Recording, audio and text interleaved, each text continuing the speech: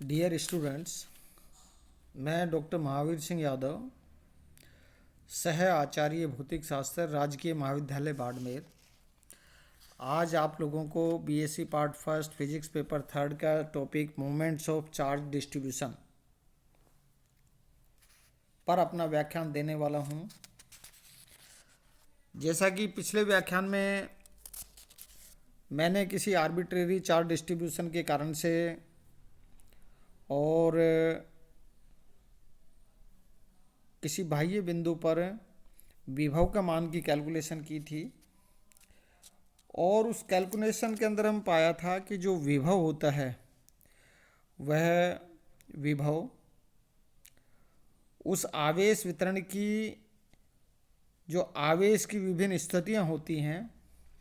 उस पर निर्भर करता है। और ऐसी स्थिति में हमने यहाँ जो उसका पोटेंशियल का मान था वो पोटेंशियल का मान निकाला था, जिसके अंदर P0, P1 और P2 का जो मान था वो हमें प्राप्त के रूप में और हमें प्राप्त हुआ था पोटेंशियल का मान। तो ये जो P0, P1 और P2 ये क्या है, किस तरह का चार्ज डिस्ट्रीब्यूशन है, उसके बारे में आज हम लोग अध्ययन करेंगे। तो इसको समझने के लिए सबसे पहले मैं पुनः उसी इक्वेशन को लिखता हूँ, पोटेंशियल विभव का जो समीकरण है उसको लिखता हूँ, अर्थात V equal to P0 upon 4 pi epsilon into capital R plus P1 upon 4 pi epsilon into capital R square plus P2 upon 4 pi epsilon into capital R cube plus so on. इसी तरह से और यहाँ इस इक्वेशन के अंदर आगे के जो टर्म हैं वो हमें मिलते जाते हैं। इस प्रकार किसी निकाय में वितरित आवेशों के कारण किसी बिंदु पर विभव का मान 1 अपॉन R की घात श्रेणी के रूप में व्यक्त किया जा सकता है,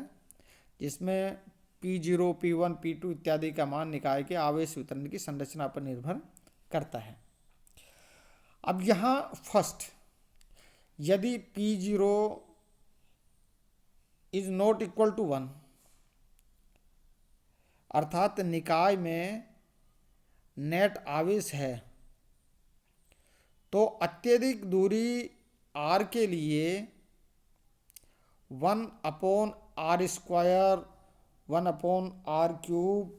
इत्यादि उच्च घात के पदों को अपेक्षाकृत नगण्य माना जा सकता है। और ऐसी स्थिति के अंदर हमारा जो फर्स्ट टर्म है वो क्या मिल जाता है, इसलिए P पर विभव का मान फाई इक्वल टू कितना मिल जाता है, P0 upon 4 pi epsilon into R के रूप में हमें ये प्राप्त हो जाता है। क्योंकि जो नेक्स्ट टर्म है, हायर जो टर्म है वो नेग्लिजिबल हो जाती हैं, तो ऐसी स्थिति में हम इसको लिख सकते हैं। तो यहाँ जो P0 है वो हम जानते हैं कि किसको रिप्रेजेंट कर रहा है, इंटीग्रल रो इंटू dv को रिप्रेजेंट करता है, और रो किसको रिप्रेजेंट करता है, चार्ज डेंसिटी को रिप्रेजेंट कर रहा है, और dv किसको, वॉल्यूम को रिप्रेजेंट करता है। तो इसका मतलब रो इंटू dv किसको, निकाय में आवेश की कुल मात्रा को व्यक्त करता है। अतः किसी आवेशित निकाय द्वारा अत्यधिक दूरी पर स्थित किसी बिंदु पर विभव का मान P0 मान के बिंदुवत आवेश द्वारा समान दूरी पर स्थित बिंदु पर विभव के मान के समतुल्य होता है। जैसा कि किसी पॉइंट चार्ज से हैं और क्या निकालते हैं, किसी पॉइंट के ऊपर विभव का मान डिस्टेंस के इन्वर्सली प्रोपोर्शनल होता है, उसी तरह से यहाँ ये जो P0 है वो भी किस तरह से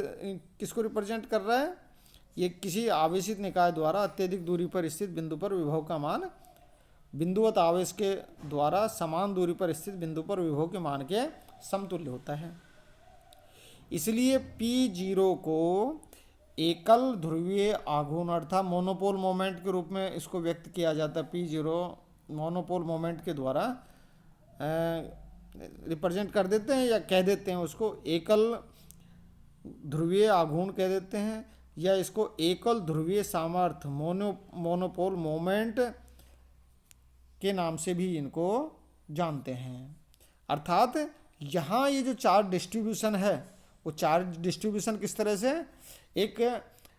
पॉइंट चार्ज की तरह से बिहेव करता है, और यहाँ जो P0 इसको मोनोपोल मोमेंट के रूप में हम इसको जानते हैं। अब हम दूसरा जो पार्ट है उसको देखते हैं। तो यहाँ ऐसी स्थिति के अंदर जो सेकंड जो इसका पार्ट है जिसके अंदर जो V का मान है वो P1/4πε इंटू r² के द्वारा लिखा गया है।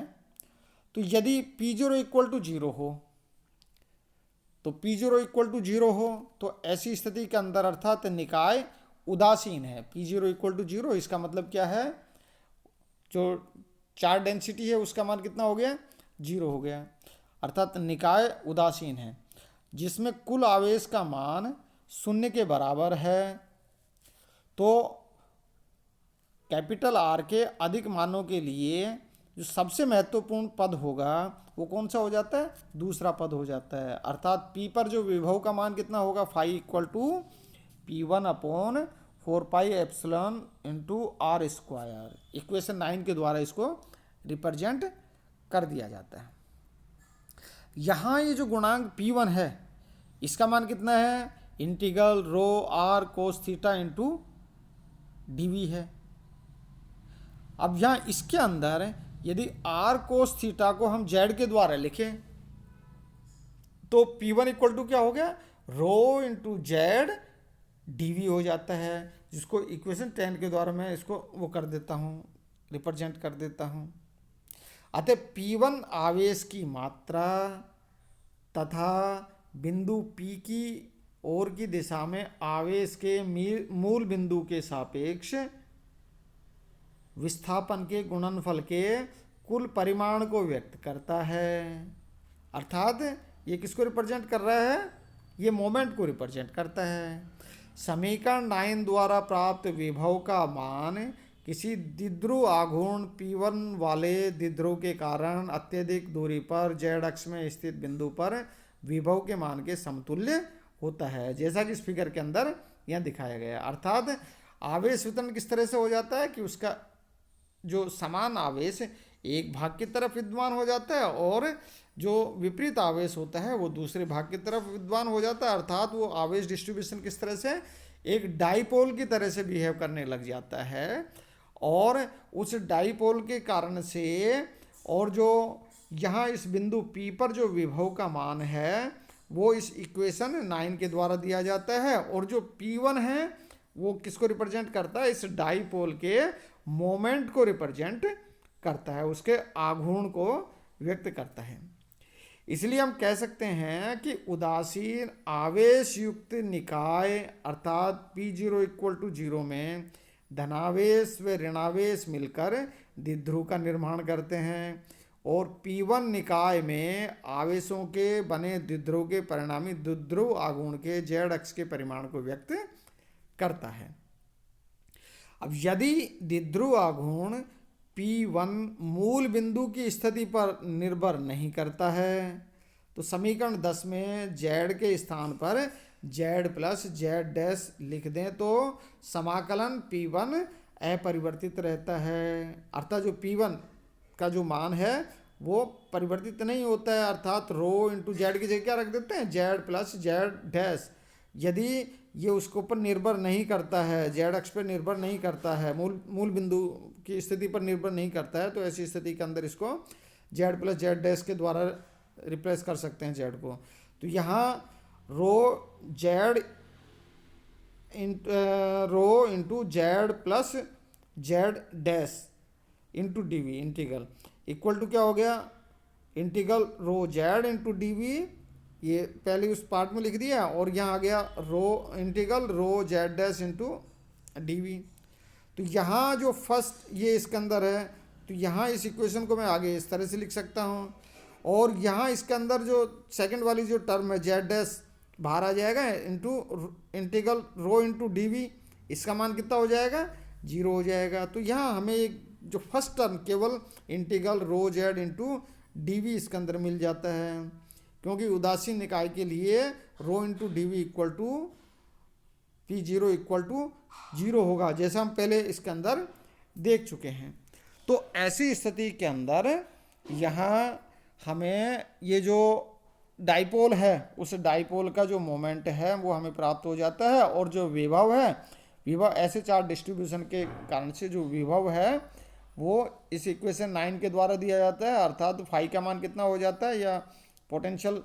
वी का मान कितना हो जाता है वहाँ पे, अर्थात द्विध्रुव आघूर्ण upon 4 pi epsilon into R square के बराबर हो जाता है।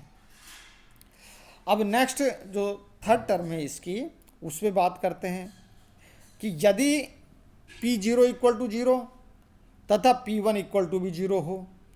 तो इस प्रकार के आवेश युक्त निकाय में धन एवं ऋण आवेश बराबर मात्रा में होते हैं, परंतु द्विध्रुवों का निर्माण नहीं करते हैं। तो ऐसी स्थिति के अंदर R के अधिक मानों के लिए फिर क्या हो गया कि फाई का मान कितना हो जाता है, P2 upon 4 pi epsilon into R cube. यहाँ जो P2 होता है उस P2 का जो मान होता है वो integral rho into 3 cos square theta minus 1 into R square into D V upon 2 होता है। तो यहाँ जो P2 है उस P2 को जेड अक्ष के सापेक्ष आवेशों के चतुर्ध्रुवीय आघूर्ण अर्थात क्वाड्रोपोल मोमेंट के परिमाण के बराबर माना जाता है, जैसा कि यहाँ इस फिगर के अंदर दिखाया गया है। ये क्वाड्रोपोल मोमेंट, ये क्वाड्रोपोल को रिप्रेजेंट कर रहा है, जिसके अंदर माइनस प्लस